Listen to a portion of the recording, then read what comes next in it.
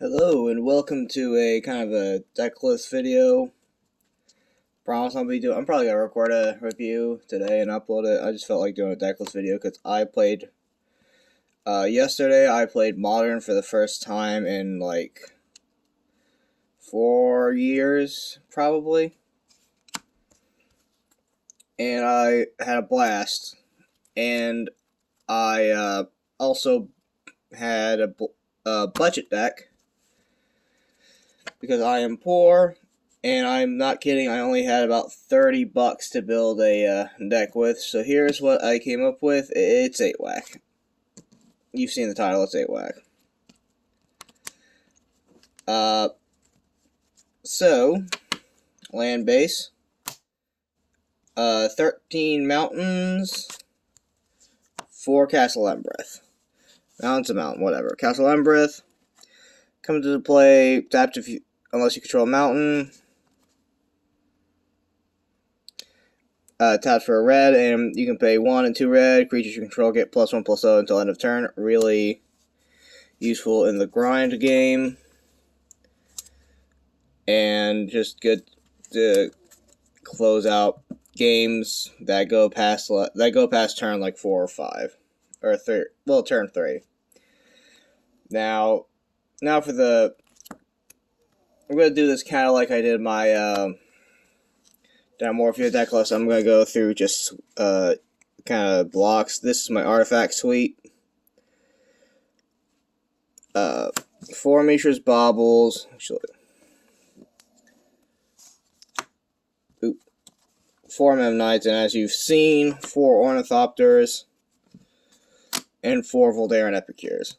These are all 0-cost artifacts, really good to just put on the battlefield and play. I've chosen Mishra's Bauble because it gives you some card advantage and also 0-cost artifact. And Voldaren Epicure pings people for 1 as a body and puts out a artifact. It's pretty good in the deck. The reason you want all this artifact generation and free artifacts, well, for one reason, you're running Gleeful Demolition and Kuldatha Rebirth. They effectively say destroy one of your artifacts, create 3 1/1s. This one can destroy any artifact, but if you destroy your own, create 3 1/1 red Phyrexian goblins. This one is an additional cost, so it's harder to interact with, but still. And the other reason you want so many free artifacts is, well, because of Reckless Bushwhacker. Because you have to play another card to get its search cost and get its effect. Search for 1 red haste when it enters. If the search cost was played, other creatures you control get +1/+0 in haste. I'm also running regular Bushwhacker, which if you kick it, every creature gets +1/+0 in haste, including itself, really useful. And Signal Pest, which has Battle Cry. When it attacks, each other attacking creature gets +1/+0 until end of turn. And it can't be blocked by creatures with flying or reach. These, along with Castle Embereth, are effectively your pump spells. What you're aiming to do is flood the board with as many creatures as possible, pump them up, and swing in for a shit ton of damage. This deck can kill as early as turn 3. And honestly, it's just really good, especially against more expensive deck that likes to ping shock everything. It's really good.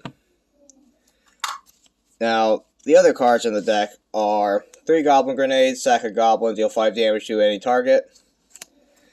And 4 Lightning Bolts. Just Lightning Bolt something. You know what it is. 3 damage to any target. Instant speed. This is sorcery speed. These are really good for clearing out games, taking out stuff. Really versatile. I went with 3 Goblin Grenades and 4 Lightning Bolts because while Goblin Grenade is better for closing out games, Bolt is more versatile, I think, because it's instant speed. Can stop certain combos from going off. Pretty good.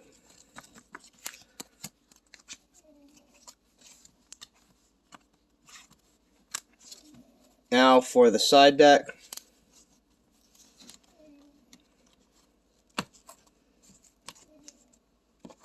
Simply put, 2 12 Miles Crypts, 2 Smash the Smithereens, 2 Alpine Moon, 3 Leyline of Sanctity, 2 Pithing Needle, 2 Damping Sphere, and 2 Grafdigger's Cage. Now, I was going to this locals, but I've never been there, so I don't know what the meta's like, so I kind of had to sideboard for pretty much everything. Graveyard attacks, land decks, burn, combo. These are kind of just for like certain combo decks, like most combo decks I side in Pithing Needle, but for Neoform, Grafdiggers, and for like Storm decks, Damping Sphere. The only card I'm not really that keen on is Smash the Smithereens. On further reflection, I would put in the Festivities, because that's just better for, you need something for Boros energy, because now for the pros and cons. Pros, incredibly fast deck, often can kill just out of nowhere before your opponent has time to even react. And incredibly budget deck. This deck is only about $30, I believe. And the cons is primarily it has a bad matchup against Boros Energy. I proxied out Boros Energy to play test a little bit. I think I only won 1 out of the 7 games. But then again, I didn't have good sideboard against Boros, because, like I said, and the Festivities over this. That's just...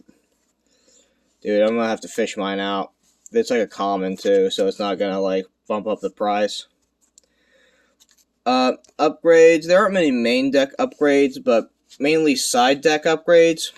Replace these with Blood Moon, because even though this is cheaper, like mana cost wise, Blood Moon is just shuts down the decks that this would normally just hinder.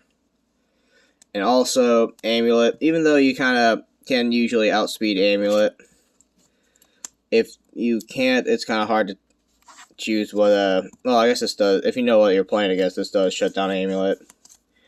I've not looked at many modern Amulet lists, because I don't know. But, yep, that's my deck list. 8-Whack is probably the most budget-friendly deck you can build in Modern. There are other budget decks, but like $30 for a somewhat competitive deck, not bad.